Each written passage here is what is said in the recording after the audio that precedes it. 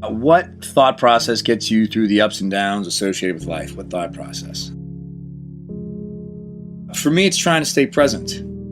I had certain beliefs and desires, and I wanted to be a certain type of person, but a lot of my thoughts were kind of, I guess, rooted in the ego. And when I say the ego, I don't necessarily mean arrogance. I just mean the part of your brain that says I. It's the thinker. And that part of your brain is very self-serving, and it lives in a world of comparisons and time, and none of these things are helpful. And it just kind of would consistently take me out of a positive place. The man I wanted to be, or the man I thought I should be, or thinking how you should be doing things or what you should be doing, but then not executing those things leaves you in this kind of spiral of disappointment. But again, all that thinking is based on time. You're basing who you are and what you think you should be on who you'll be tomorrow and who you were yesterday. And so for me, the most effective tool I've adopted is just trying to stay present. When you're in the moment, it's not like you've satisfied the part of your brain that thinks in terms of time. It's that the part of your brain that thinks in terms of time just gets quiet, kind of doesn't exist anymore.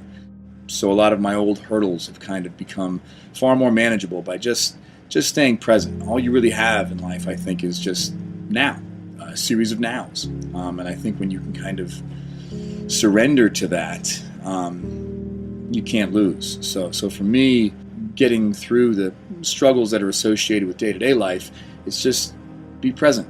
Don't think about tomorrow. Don't think about the next minute. Just where are you right now? Don't miss right now. Be here now.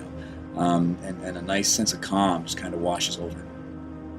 I probably started thinking this way when I was, maybe 15, 16 years old. And they say you don't really wake up from dreams, you wake up from nightmares. And not to say my childhood was a nightmare at all, by any means. But I certainly started to see a pattern, where whatever my struggles or challenges were at that age, if they were ever kind of met or satisfied, I started to see how the next day my brain found new struggles and challenges to be at odds with. And you start to realize how amazingly resilient that part of your brain is, that can just create conflict and truly be at odds with what is. And I started to worry that no matter what happened or where I went in my life, will that always be that way? What's preventing me from being truly happy or truly peaceful or present? What is the thing that's creating this conflict? And you start to realize a lot of it, when you take, it's not those individual things, well, that girl didn't like me, or, well, that guy's smarter than me. That's not it. It's the part of your brain that is driving this machine, the I, that ego. It's a very self-serving animal, and it lives in a world of comparison. And a lot of Eastern philosophies, whether it's Buddhism or Taoism, Hinduism, they all kind of share a similar awareness of that brain noise and its potential pitfalls. And at that age, I just kind of that's the one thing that just made the most sense to me. That's the one thing that I saw as it just made sense to the treadmill that I saw myself running on. That was the one thing that I said, yeah, that's exactly that's what's going on here. This is just this brain that just it's no matter what I do, it's going to find new things. It scared me, and that worried me, and that's what kind of made me want to pursue a little bit more exploration into that way of thinking. I'm a big fan of reading, big fan of Eckhart Tolle. That guy is it. The Power of Now is a fantastic book. New Earth's a fantastic book. Stillness Speaks. And I'll say anything by Eckhart Tolle. To me, that's kind of like, it's like my Bible. Any day I'm having a rough time or I can't seem to change the channel, I can pick up any one of his books and just read any chapter, and it just resonates. And it's a nice feeling to know that you're not the only one thinking this way or going through these struggles or hurdles. And it just kind of exercises that muscle and works out that part of the brain really well. So I try to look at it as practice. My biggest struggle in my early 20s was believing I understood a concept or a certain philosophy that I subscribed to, but then consistently not living that way and not executing those those beliefs and struggling and being depressed or disappointed in life. And I knew better, but I wasn't living that way, and that's really frustrating. And the problem is that's all just ego. That's ego sneaking in the back door. That's you, kind of the part of your brain that thinks about the story of Chris, wants to see that story in a certain light, but that's just ego. That's not real either. So for me, it's a matter of being perfectly okay, exactly where I am, and practicing. It's like if I was going to try and pick up a sport, I'm not going to be amazing tomorrow. Today, I just have to dribble. Just got to dribble the ball. And if the ball gets away from me today, it's okay. Get it back and just dribble again. Even if it takes all of my focus and energy just to dribble this ball, maybe tomorrow it won't. And it won't be as consuming. But it's okay to be where I am. I don't have to wake up tomorrow and be a pro.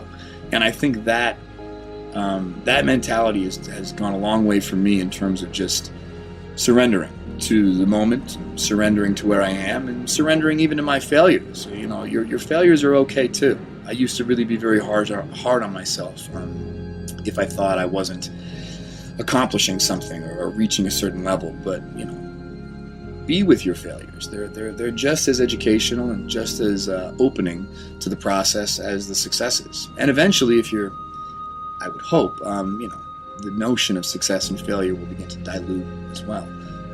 Just practice. Is there any one piece of wisdom you've managed to integrate fully into your own life that you can share? Sure. Shh. It's my favorite. I did a little with Lindsay, actually. I went to India. We did this retreat a few years back, and one of the guys, our guru on the trip, is a man named Nand. Brilliant man. And he would, lecture every day, and there were just so many times where I had questions, and I would just raise my hand, and he kind of just kept telling me to shh, and it was so frustrating because I felt I had good questions, and if you just give me an answer, I'll be quiet, and he kept telling me to be quiet, and it really bothered me, and it made me doubt. But it was a very effective tool, because the truth is, the part of my brain that needed that answer, that wanted that answer, is the part of the brain that I don't need.